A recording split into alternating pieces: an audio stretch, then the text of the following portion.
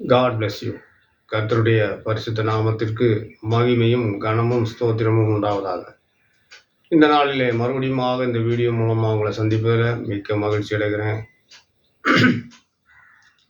கடந்த முதலாம் பகுதியில் பிறந்த நாள் என்கிற தலைப்பில் நாம் வேதத்தை உள்ள அந்த சத்தியங்களை நாம் ஆராய்ந்தோம். இந்த இரண்டாம் பகுதிக்குள் நாம் கடந்து வந்திருக்கிறோம். முதலாம் பகுதியில் நாம் வாசித்த அந்த ஆதியாகமம் 40, மத்தேயு 14 ஆகிய இந்த 2 அதிகாரங்களில் நாம் 4 விதமான மனிதர்களை குறித்து வாசித்தோம். பார்வோன், பானபாத்திரக்காரன், யோசேப், ஏரோது, இந்த 4 மனிதர்களை குறித்து நாம் அங்கே பார்த்தோம். பார்வோன் எதற்காக பிறந்தார்? நாம் பிறப்பை குறித்து ஒரு தரிசனம் உள்ளவர்களாக இருக்க வேண்டும். ஒவ்வொருவர் வாழ்க்கையிலும் ஒரு தரிசனம் இருக்க வேண்டும். தேவனுடைய பிள்ளைகளுக்கு ஒரு தரிசனம் இல்லாமல் இருக்கக்கூடாது. நாம் பிறப்பினுடைய தரிசனம் என்னவென்பது நமக்கு தெரியாது, ஆனால் நாம் தெரிந்து கொள்ள வேண்டும். தேவனிடத்தில் கேட்டு தெரிந்து கொள்ள வேண்டும். அப்படி தெரிந்த பிறகுதான் நாம் அந்த பிறந்த நாள் என்பதை கொண்டாட வேண்டும். அதில் ஒரு அர்த்தம் உண்டு. இல்லை என்றால் அது வீணான ஒரு வீண் சடங்காச்சாரம் போல, உலக மனிதர்களைப் போல எந்த ஒரு அர்த்தம் இல்லாததாக மாறிவிடும். கர்த்தருக்கு ஸ்தோத்திரம். பார்வோன் எதற்காக பிறந்தார்? அவர் ஒரு நாடாளும் மன்னராக ஆண்டவரால் அழைக்கப்பட்டு தெரிந்து கொள்ளப்பட்டவர். மன்னராக அந்த சிறைச்சாலையில் ஒரு கைதி இருந்தான். பானபாத்திரக்காரன், அவன் பானபாத்திரக்காரனாகவே பிறந்தான். அவன் அந்த அரண்மனையில் நல்லா வேலை செஞ்சு நல்ல சர்டிஃபிகேட் எடுக்கணும், நல்ல பேர் எடுக்கணுங்கிறதுக்காக அவன் பிறந்தான். 3வது மனிதரை யோசேப்பை பார்க்குறோம். அவர் எதுக்காக பிறந்தார்? அவர் கானான் தேசத்திலிருந்து எகிப்து நாட்டுக்கு நாடு கடத்தப்பட்ட மனிதன், அடிமையாக விற்கப்பட்டவர் தன் சகோதரர்களால். அந்த மனிதனுடைய பிறப்பு அவருக்கு ஒரு தரிசனம் இருந்தது. அவருடைய பிறப்பை பற்றி அவருக்கு நல்ல தரிசனம் இருந்தது. என்னுடைய சகோதரர்களாக என்னை வணங்குவாங்க, என் தாய் தந்தையர் கூட என்னை வணங்க வேண்டிய சூழ்நிலை வரும் அப்படின்னு அவர் தரிசனத்தை சொன்னார். அது நிமித்தமாக அவர் நாடு கடத்தப்படுகிறார்.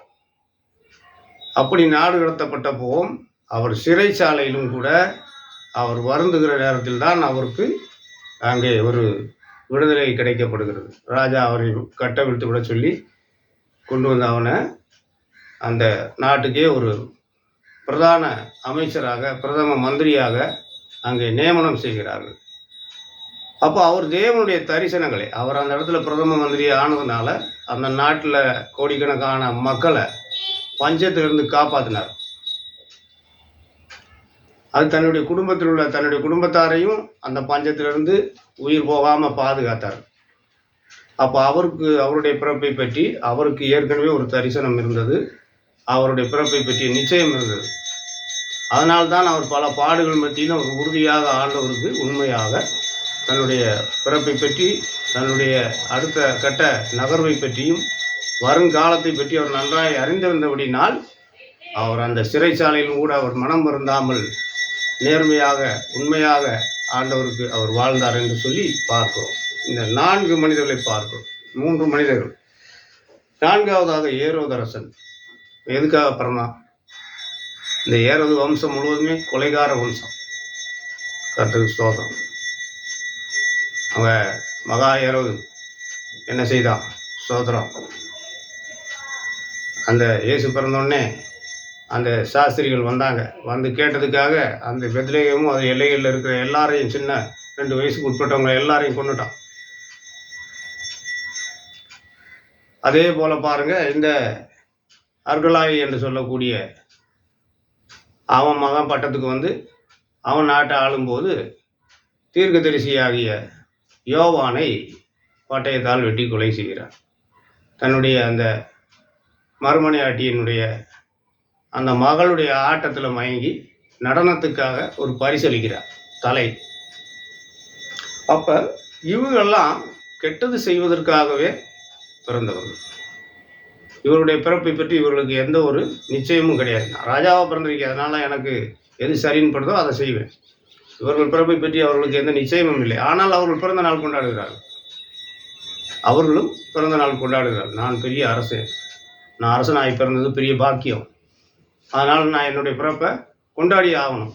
இப்படிப்பட்ட ஒரு மனிதனும் நாம் காண முடிகிறது. இந்த ஒரு வழியில் வரக்கூடிய ஒரு மனிதர்களாக நாம் இருக்கக்கூடாது. நம் பிறப்பை பற்றி நாம் நல்ல நிச்சயமுடையவர்களாக இருக்க வேண்டும் என்று தேவன் விரும்புகிறார்.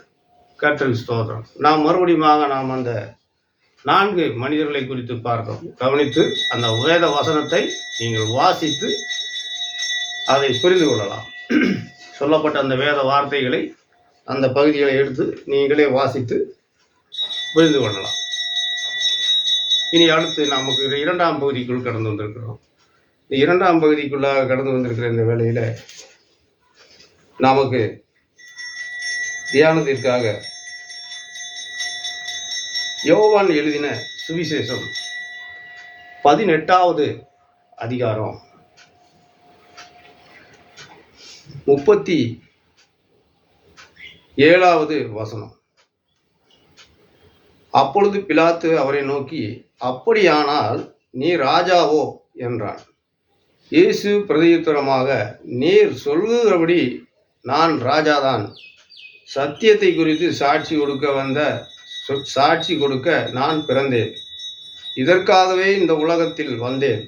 சத்தியவான் எவனும் என் சத்தம் கேட்கிறான் என்றார். அதற்கு பிலாத்து, சத்தியமாவது என்ன என்றான். சோதரம். மறுபடியும் அவன் யூதர்களிடத்தில் வெளியே வந்து, நான் அவனிடத்தில் ஒரு குற்றமும் காணேன். ஆமேன், ஸ்தோத்திரம். பாருங்க, இயேசு கிறிஸ்து இங்கே ஒரு விஷயத்துக்காக அவரை கைதியாக அவங்கள நியாயப்பிரமாணத்தின்படி பிடிச்சு கொண்டு போய் யூதர்கள் எல்லாம் கொண்டு போய் பிலாத்துட்ட அவர்கிட்ட ஒப்படைச்சிட்டாங்க. அங்கே போனப்போ ஆளுநர் என்ன செய்கிறாரு, அவர் விசாரிச்சுட்டு பிலாத்து என்ன சொல்கிறாருன்னு, அப்படிலாம் அவனை பற்றி குறை சொல்லிக்கிட்டே இருக்கிறாங்க, நீ ஒன்றும் பேசாமல் இருக்கே அப்படின்னு. அப்போ ஒருவேளை நீ ராஜா தானா அப்படிங்கிறார். அதற்கு அவர் பயப்படவெல்லாம் இல்லை. நீர் சொல்லுகிறபடி நான் ராஜா தான் அப்படின்னாரு. நான் சொல்லலை, நீர் சொல்லுகிறபடி நான் ராஜா தான் அப்படிங்கிறார். சொல்கிறோம். அப்போ அவர் என்ன சொல்கிறாருன்னா, நான் ராஜாதான். சத்தியத்தை குறித்து சாட்சி கொடுக்க நான் பிறந்தேன். இதற்காகவே இந்த உலகத்தில் வந்தேன். சத்தியவான் எவன் என் சத்தம் கேட்கிறார். என்னையா சத்தியமாவது பேசிக்கிட்டு இருக்க, என்ன சத்தியமாவது என்ன அப்படின்னு அவர் எழுந்திரிச்சு போயிட்டார். பேசுகிறோன்னு புரியல. சோதரம். அப்போ இயேசு கிறிஸ்துவனுடைய பிறப்பை குறித்து அவருக்கு நல்ல நிச்சயம் உண்டு. அவர் எதுக்காக வந்தேன் அப்படின்னு அவரே சொல்கிறார். எதுக்காக வந்தேன்னு சொன்னார்னா, சத்தியத்தை குறித்து சாட்சி கொடுக்க நான் பிறந்தேன். பிறப்பை பாருங்க, எப்படி பிறப்புங்க. இன்னைக்கு நம்மெல்லாம் பிறந்த நாளை கொண்டாடுறோம். என்னதுக்கு பிறந்த நாள் கொண்டாடுறோம்னு எனக்கே தெரியும். நம்மெல்லாம் பெரிய ஒரு பெந்தகோஸ்தே சபையில், ஒரு ரசிக்கப்பட்ட சபையில் அங்கத்தினர் ஆகிட்டா உடனே நாம் பெரிய ராஜாக்களோட ராஜாவாயிரும். சோதரம். அதுக்கு ஒருவேளை சாப்பாட்டுக்கே வழி இருந்திருக்காரு. ரசிக்கப்பட்டு வந்துட்டா போதுமே. நம்ம அகங்காரத்துக்கும் டம்பத்துக்கும் ஒரு அளவு இல்லை. சோதரம். இங்கே இயேசு என்ன சொல்கிறாருன்னா, மகாராஜா, உலகத்தையே தன் வார்த்தையினாலே சிருஷ்டித்த அந்த மகாராஜா சொல்கிறாரு, நாம் பிறந்தது இந்த பூமியில் வேறு எதுக்காகவும் இல்லை, சத்தியத்துக்காகவே நான் சாட்சி கொடுக்க நான் பிறந்தேங்கிறார். தன் பிறப்பை பற்றி கான்ஃபார்மாக சொல்கிறார், உறுதியாக சொல்கிறார். நான் இந்த உலகத்துக்கு வந்தது சத்தியத்துக்கு குறித்து சாட்சி கொடுக்க வந்தேன். சத்தியவான் எவனும் என் வார்த்தையை, என் சத்தத்தை கேட்கிறான். சத்தியவான்தே என் சத்தத்தை கேட்க முடியும், சும்மா இருக்கிறவங்களாம் என்னுடைய வார்த்தையை கேட்க முடியாது அப்படின்ட்டார். ஆமேன், சோதரம், பிரைஸ் தி லார்ட். பாருங்க, சத்தியத்துக்காக மட்டும்தான் இயேசு பிறப்பு. நீ இயேசு பிறப்பை கொண்டாடுறாங்க, இயேசு பிறப்பை கொண்டாடுறாங்க. அந்த காலத்துல இருந்து இந்த காலம் வரைக்கும் நாங்கள் கொண்டாடுறோம் தெரியல எனக்கு. ஆனால் இயேசு தன்னுடைய பிறப்பை பற்றி என்ன சொல்கிறாருன்னா, சத்தியத்திற்கு சாட்சி கொடுக்கத்தான் பிறந்தேங்கிறார். உங்களுக்கு சாராயம் குடிக்கிறதுக்கும் உங்களை சும்மா உலக பிரகாரமாக உங்களை சந்தோஷப்படுத்தி கூத்தடிக்கிறதுக்கு வைக்கிறதுக்காக அவர் பிறக்கலை. அவர் சொல்றார், நான் சொல்லலை. சத்தியத்திற்கு சாட்சி கொடுக்க நான் பிறந்தேன். இதான் அவருடைய பிறப்பினுடைய முழு அர்த்தம். டோட்டலா இதுக்கு மேல ஒன்றும் சொல்ல வேண்டிய அவசியமே இல்லை. ஸ்தோத்திரம். சத்தியவானா இருந்தா, நீங்க சத்தியவானா இருந்தாதான் அவருடைய வார்த்தையை, இந்த நான் பேசுற வார்த்தையும் உங்களால உட்கொள்ள முடியும். நான் சொல்றது அவர் சொல்ற வார்த்தை தான். அவர் சொல்லித்தான் நான் பேசுறேன். இந்த வீடியோவை நீங்க கடைசி வரைக்கும் பார்த்தீங்கன்னா கண்டிப்பா நீங்க சத்தியவான் தான். அப்படியே ஆஃப் பண்ணி வச்சுட்டு போயிட்டீங்கன்னா நீங்கள் சத்தியவான் கிடையாது. ஸ்தோத்திரம். நீங்கள் சத்தியவானாக இருந்தால் இந்த வீடியோவை முழுசாக பாருங்கள். 2, 3, 4 வீடியோ போடுவேன். இந்த 4 வீடியோவுமே பாருங்கள். உங்களுக்கு ஆண்டவர் ஆசீர்வாதத்தை கொடுப்பார். நீங்கள் ஆசீர்வாதமாக இருப்பீங்க. ஸ்தோத்திரம். இந்த உலகத்துலேயும் சரி மறுமையிலையும் சரி நீங்கள் நித்திய ஜீவன் உள்ளவர்களாக ஆசீர்வதிக்கப்படுவீங்க. ஸ்தோத்திரம். அப்போ சத்தியத்துக்காகத்தான் நம்ம பிறப்பு எதுக்காகங்கிறத நான் முந்தின வீடியோக்குள்ளே சொல்லியிருக்கேன். ஒரு 4 பாயிண்ட் சொல்லியிருக்கேன் இல்லையா? ஸ்தோத்திரம். அதில் நாம் எதுக்காக பிறந்திருக்கோம், எதுக்காக இந்த பிறந்த நாள் கொண்டாடுறோம், என்ன காரியம், இதை நீங்கள் தெரிஞ்சுக்கிட்டு இனிமேல் வருங்காலங்களில் இந்த விஷயத்தை நீங்கள் புரிஞ்சுக்கிட்டு பிறந்த நாள் கொண்டாடுங்க. ஸ்தோத்திரம். நீங்கள் மட்டும் பசியாத சாப்பாடு சாப்பிட்டு எங்களை மட்டும் ஆண்டவர் வானம் மட்டும் உயர்த்திருக்காருன்னு சொன்னால் பத்தாது. உங்கள் பக்கத்து வீட்டுக்காரங்களும் சந்தோஷமாக இருக்கட்டும்னு அவங்களையும் கூப்பிட்டு ஃப்ரீயாக கொடுக்கணும். அவங்கள்ட்ட செய்முறையெல்லாம் வாங்கக்கூடாது. சோதரம். அடுத்து இவங்களை செய்ய வைக்கணுங்கிறதுக்காக ஏதாவது பண்ணக்கூடாது. சந்தோஷமாக அவங்களையும் கூப்பிட்டு அவங்களுக்கு ஆகாரம் கொடுத்து அவங்களையும் ஜெபம் பண்ண சொல்லி ஆசீர்வாதம் வாங்கி போக சொல்லணும். அதுவே உண்மையான சோதரம், ஒரு பிறப்பு. அதை கூட நமக்கு செய்ய முடியலன்னா இந்த வகையான காரியங்கள் எப்படி செய்ய முடியும்?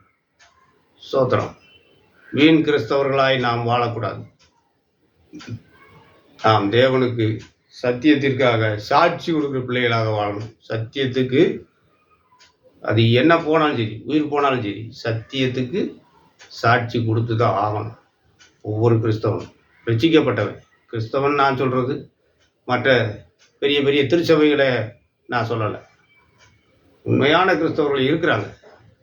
நீங்கள் சத்தியத்துக்கு சாட்சி பகர்ந்து தான் ஆகணும். சோதரம்.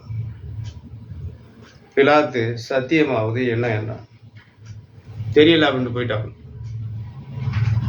அவன் ரோமாக்காரன், அவனுக்கு என்ன புரிய போகுது? ரோமாக்காரனுக்கு இவர் சொன்ன அராமிக் மொழியில் பேசியிருப்பாரோ எபிரேய மொழியில் சொன்னாரோ தெரியல, அவனுக்கு புரியல. சத்தியமாவது என்னப்பான்னு போயிட்டார். வெளியில் போயிட்டு அந்த பயில்கிட்ட நான் எதிர்பார்த்த அளவுக்கு ஒன்றும் குற்றங்கள்லாம் இல்லை, என்ன செய்யலாம், யூதருடைய ராஜாவை உங்களுக்கு விடுதலை ஒன்று உங்களுக்கு மனசு உண்டாங்கிறாய், வேண்டாம்டாய். சோதரம். அப்போ நாம் செய்ய வேண்டிய ஒரு காரியம், சத்தியத்துக்காக நாம் பிறந்தோமா, எதுக்காக பிறந்தோங்கிறத ஏசப்பா நமக்கு கன்ஃபார்மாக சொல்லிட்டார். சரி, அடுத்து இன்னொரு வேதத்தை கூட வாசிப்போம். லூக்கா 1:7. எலிசபெத்து மலடியாயிருந்தபடியினால் அவர்களுக்கு பிள்ளை இல்லாதிருந்தது. இருவரும் வயது சென்றவர்களாயும் இருந்தார்கள். அப்படி இருக்க அவன் தன் ஆசாரிய வகுப்பின் முறைப்படி தேவ சந்நிதியிலே ஆசாரிய ஊழியம் செய்து வருகிற காலத்தில் ஆசாரிய ஊழிய முறைமையின்படி அவன் தேவாலயத்துக்கு பிரவேசித்து தூபம் காட்டுகிறதற்கு சீட்டை பெற்றான். தூபம் காட்டுகிற வேளையிலே ஜனங்கள் எல்லாரும் கூட்டமாய் வெளியே ஜெபம் பண்ணி கொண்டிருந்தார்கள். அப்பொழுது கர்த்தருடைய தூதன் ஒருவன் தூபபீடத்தின் வலது பக்கத்தில் நின்று அவனுக்கு தரிசனமானான். சகரியா அவனை கண்டு கலங்கி பயமடைந்தான். தூதன் அவனை நோக்கி, சகரியாவே, பயப்படாதே, உன் வேண்டுதல் கேட்கப்பட்டது. உன் மனைவியாக எலிசபெத்து உனக்கு குமாரனை பெறுவாள். அவனுக்கு யோவான் என்று பெயரிடுவாயாக. உனக்கு சந்தோஷமும் மகிழ்ச்சியும் உண்டாகும். அவன் பிறப்பு நிமித்தம் அநேகர் சந்தோஷப்படுவார்கள். அவன் கர்த்தருக்கு முன்பாக பெரியவனாயிருப்பான். திராட்சரசமும் மதுவும் குடியான். தன் தாயின் வயிற்றில் இருக்கும்போதே பரிசுத்த ஆவினால் நிரப்பப்பட்டிருப்பான். அவன் இஸ்ரவேல் சந்ததியாரில் அநேகரை அவர்கள் தேவனாகிய கர்த்தரிடத்துக்கு திருப்புவான். பிதாக்களுடைய இருதயங்களை பிள்ளைகளிடத்துக்கும் கீழ்ப்படியாதவருடைய நீதிமான்களுடைய ஞானத்திற்கும் திருப்பி உத்தமமான ஜனத்தை கர்த்தருக்கு ஆயத்தப்படுத்தும்படியாக அவன் எலியாவின் ஆவியும் பலமும் உடையவனாய் அவருக்கு முன்னே நடப்பான் என்றான். பார்த்தீங்களா, கபிரியேல் தூதன் சகரியாவுக்கு தரிசனமாகி அவங்களுக்கு குழந்தை இல்லை, ரொம்ப வயசானவங்க. அப்போ அவர் தூபம் காட்டுறதுக்கு அவருக்கு அன்னைக்கு ஒரு பாக்கியம் கிடச்சிருக்கு. அந்த நாளில் அவருக்கு சீட்டு விழுந்தப்போ அவர் போய் தூபம் காட்டுறதுக்கு அந்த பரிசுத்த ஸ்தலத்துக்குள்ளே அவர் போகிறார். சோதரம் இந்த பரிசுத்த ஸ்தலத்துக்குள்ளே போய் தூபம் காட்ட போகும்போது அந்த இடத்துல தேவதூதன் தரிசனமாகி அவருக்கு ஒரு செய்தி சொல்கிறார். என்ன செய்தி சொல்கிறாருன்னா, உனக்கு குழந்தை பிறக்க போகுது, உனக்கு சந்தோஷமும் மகிழ்ச்சியும் உண்டாகும். இந்த வயசான காலத்தில் உனக்கு என்ன உண்டாகும்? ஒரு சந்தோஷமும் மகிழ்ச்சியும் உண்டாகும். அவன் பிறப்பு நிமித்தம் அநேகர் சந்தோஷப்படுவார்கள். பார்த்தீங்களா, பிறப்பு நிமித்தம் அநேகர் சந்தோஷப்படுவாங்க. தாய் தந்தையருக்கு அந்த வயதான காலத்தில் குழந்தை இல்லைங்கிற ஏக்கத்தோட மரணம் அடையாமல் ஒரு நல்ல ஒரு தீர்க்கதரிசி பிறந்தாங்கிற சந்தோஷத்தோடு நீங்கள் 2 பேரும் ஆண்டவரிடத்துல சேருவீங்க. சோதரம் அவனுடைய பிறப்பு நிமித்தம் வேற பல அநேகரும் சந்தோஷப்படுவார்கள். பார்த்தீங்களா, சோதரம் ஒரு ஆளுடைய சந்தோஷத்துக்காக அவன் பிறக்கலை, அநேக லட்சக்கணக்கான யூதர்களுடைய சந்தோஷத்துக்காக அவன் பிறந்திருக்கான். என்ன செய்வானா? அவனுடைய பிறப்பை பற்றி சொல்கிறேன். சோதரம் பிறந்த நாள்ங்கிறோம்ல, இந்த பிறப்பை பற்றி சொல்கிறேன். அவன் பெரியவனாக இருப்பான், கர்த்தருக்கு முன்பாக பெரியவனாக இருப்பான். திராட்சை ரசம் மது குடியான், தன் தாயின் வயிற்றில் இருக்கும்போதே பரிசுத்த ஆவியினால் நிரப்பப்பட்டிருப்பார். ஸ்தோத்திரம். பார்த்தீங்களா பிறப்ப? இதுலையா பிறப்பு? இதுதான் பிறப்பு. ஸ்தோத்திரம். பரிசுத்த ஆவியினால வயிற்றில் இருக்கும்போதே நிரப்பப்பட்டிருப்பான்ங்கிறார். பாருங்க, இதுதான் பிறப்பு. இவங்க பிறந்தனால தான் அவங்க கொண்டாடணும். அதில் அவங்களுக்கு ஒரு அர்த்தம் இருக்கு. ஆனால் இவங்கெல்லாம் பிறந்த நாள் கொண்டாடலை. யார்? தீர்க்கதரிசி அவருடைய பிறந்தநாளை என்னைக்கும் கொண்டாடல. இயேசுவும் தன் பிறந்தநாளை பற்றி என்னைக்கும் பேசலை. அவர் ஒரே ஒரு தடவை பேசியிருக்காரு. அதுவும் பிலாத்திட்ட பேசுகிறார், நான் சத்தியத்திற்கு சாட்சி கொடுக்க பிறந்தேன். அதான் சத்தியத்துக்கு சாட்சி கொடுக்க பிறந்தவங்க அவங்களாம். ஸ்தோத்திரம். அவன் என்ன செய்வார்? இஸ்ரவேல் சந்ததி அநேகரை தேவனாய் கர்த்தருக்கு திறப்புவானியா. அவன் செய்கிற வேலையை சொல்கிறார். அவன் பிறப்பு என்ன எப்படி இருக்குன்னு சொல்கிறார். அவன் செய்ய வேண்டிய வேலையை சொல்கிறார்.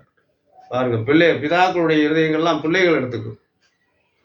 கீழ்ப்படியாதவர்கள்லாம் நீதிமான்களுடைய ஞானத்துக்கும் திருப்பி எலியாவின் ஆவியும் பலம் உடையவனாருக்கு முன்னே நடப்பான். சோதரம். எவ்வளோ அற்புதமான பிறப்பு. சோதரம். இவங்க பிறக்கிறதுல ஒரு நியாயம் இருக்கு, இவங்க பிறந்த நாள் கொண்டாடுறதுல அர்த்தம் இருக்கு. ஆனா அவங்க பிறந்த நாளை நாம கொண்டாடுறோம். அது எதுக்கு? நம்ம சுயநலத்துக்காக அவங்க பிறந்தனால நாம கொண்டாடுறோம். இதுல அவங்களுக்கு ஒன்றும் ஒரு பிரயோஜனமும் இல்லை. சோதரம்.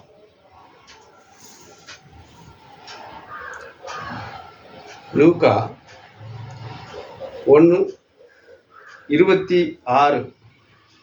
6ஆம் மாதத்தில் கேப்ரியல் என்னும் தூதன் கலிலேயாவில் உள்ள நாசரேத் என்னும் ஊரில் தாவீதின் வம்சத்தானாகிய யோசேப்பு என்கிற நாமமுள்ள புருஷனுக்கு நியமிக்கப்பட்டிருந்த கன்னிகை இடத்திற்கு தேவனால் அனுப்பப்பட்டார். அந்த கன்னிகையின் பேர் மரியாள். அவள் இருந்த வீட்டில் தேவதூதன் பிரவேசித்து, கிருபை பெற்றவளே வாழ்க, கர்த்தர் உன்னுடனே இருக்கிறார், ஸ்திரீகளுக்குள்ளே நீ ஆசீர்வதிக்கப்பட்டவள் என்றான். அவளோ அவனை கண்டு அவன் வார்த்தையினால் கலங்கி இந்த வாழ்த்துதல் எப்படிப்பட்டதோ என்று சிந்தித்துக் கொண்டிருந்தாள். தேவதூதன் அவளை நோக்கி, மரியாளே பயப்படாதே, நீ தேவனிடத்தில் கிருபை பெற்றாய். இதோ நீ கர்ப்பவதியாகி ஒரு குமாரனை பெறுவாய், அவருக்கு இயேசு என்று பெயரிடுவாயாக. அவர் பெரியவராயிருப்பார், உன்னதமானவருடைய குமாரன் எனப்படுவார்.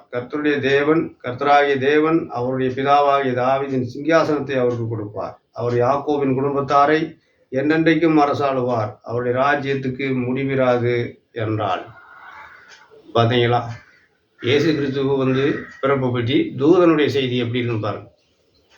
அங்கே அவர் சொன்னார் பிலாத்திட்ட, நான் சத்தியத்துக்கு சாட்சி கொடுக்க பிறந்தேன், சத்தியவான்யவனும் என்னுடைய வார்த்தையை கேட்கிறான்னு சொல்லி. இங்கே அவர் பிறக்கிறதுக்கு முன்னாடி தூதனுடைய செய்தி எப்படி இருக்குன்னா பாருங்க, நீ கர்ப்பவதியாகி ஒரு குமாரனை பெறுவாய், அவருக்கு இயேசு என்று பெயரிடணும், அவர் பெரியவராக இருப்பார். அவருடைய தாவீதின் சிங்காசனத்தை அவர் கொடுப்பார். அவர் யாக்கோபின் குடும்பத்தாரை என்னென்றைக்கும் அரசாளுவார். அவருடைய ராஜ்யத்துக்கு முடிவிடாது. இயேசு கிறிஸ்துடைய பிறப்பை பற்றி பார்த்தீங்களா என்ன சொல்கிறாங்கன்னு? அவர் யாக்கோபின் குடும்பத்தாரை அவர் என்னென்றைக்கும் அரசாளுவார். சோதரம். ஆனால் இன்னைக்கு இருக்கிற இஸ்ரேலில் இயேசு கிறிஸ்துவை பற்றி தப்பான அபிப்பிராயங்களோட வாழ்ந்துக்கிட்டு இருக்காங்க. இன்னைக்கு இருக்கிற அங்கே இருக்கிற பிரதமர் கூட இவரை மேசியான்னு ஏற்றுக்கிறது இல்லை. சோதரம். அது அவங்க தப்பு இல்லை. சோதரம். இங்கே என்ன சொல்லப்பட்டிருக்குன்னா, அவர் யாக்கோபின் குடும்பத்தாரை என்னென்றைக்கும் அரசாளுவார்னு போட்டிருக்கு. இனி வரப்போகிறார் 1000 வருஷம் அரசாட்சி செய்ய. அன்னைக்கு அவங்களையும் சேர்த்து இந்த குரூப்பில் சேர்த்துருவார். சோதரம். அது வரைக்கும் இவங்க இப்படி தான் இருப்பாங்க. சோதரம். இதுதான் பிறப்பு. இவங்க பிறந்தனால நாம கொண்டாடுறதுல ஒன்றும் பெரிய அர்த்தம் இல்லை. அவங்க காலத்தில் அவங்க கொண்டாடி இருந்தா அதுல ஒரு அர்த்தம் இருக்கு.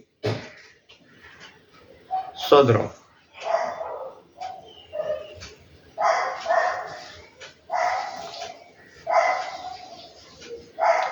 ஆகையினால இந்த நாட்கள்ல மத்தேயு 2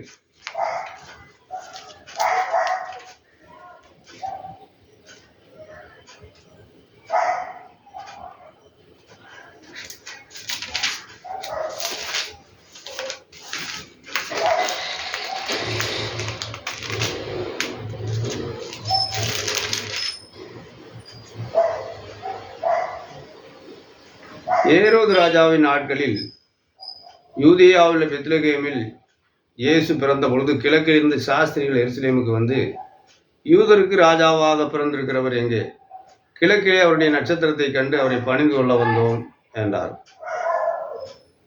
பாருங்க, யூதருக்கு ராஜாவா பிறந்திருக்கார். அவர் யாரு? யூதருக்கு ராஜாவா பிறந்த மேசியா. அவர் தான் மேசியா பிரபு. சோதரம். தானியேல் 9:25 சொல்லப்பட்ட அந்த மேசியா பிரபு இயேசு கிறிஸ்து தான். அவர் ஒரு மர ஆசாரி வேலை செய்கிறவர் அல்ல. அவர் ஆசாரிய குடும்பத்தில் பிறந்தாலும் வயிற்று பிழைப்புக்காக காலங்கள் உருண்டோடின பொழுது அரசாங்கம் கைவிட்டு போயிடுச்சு. ராஜ பதவி, ராஜ பட்டம், அரசாங்கம் எல்லாமே போயிடுச்சு. வேற வழி இல்லை. அதனால யோசேப்பு தாவீதின் வம்சக்காரனாக இருந்தும் அரசாட்சி செய்யக்கூடியவனாக இருந்தும் அவர் என்ன செஞ்சார்? ஒரு மர வேலைக்காரராக, ஒரு தச்சு வேலைக்காரராக இருந்தார் என்பது உண்மை. அவர் பரம்பரை தொழில் செய்பவர் அல்ல. வயிற்று பிழைப்புக்காக அவர் அந்த வேலையை செய்ய வேண்டிய ஒரு காலகட்டாயம். அதுவும் தேவனுடைய ஒரு திட்டம். அதனால் அவர் அந்த தச்சனாக அங்கே பிறக்கிறார். சோதரம். அவ்வளவுதான். மாமிசத்திலே, தேவன் மாமிசத்திலே வெளிப்பட்டார். யார் வெளிப்பட்டது? யாரு?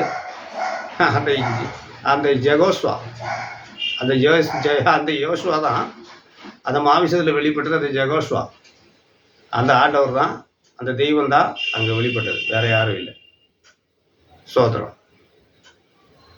God bless you. கர்த்தருடைய நாமத்தில் உங்களை ஆசீர்வதிக்கிறோம். அடுத்த பகுதியில் உங்களை சந்திக்கும் வரை ஆண்டவராகிய இயேசு கிறிஸ்துவின் நாமத்திலும் விடைபெற்றுக் கொள்கிறேன். ஆமேன். வீடியோ பாருங்கள். வீடியோ பிடிச்சிருந்தால் லைக் பண்ணுங்கள், ஷேர் பண்ணுங்கள், சப்ஸ்கிரைப் பண்ணுங்கள். கர்த்தர் தாமே உங்களை அளவில்லாமல் ஆசீர்வதிப்பாராக. ஆமேன்.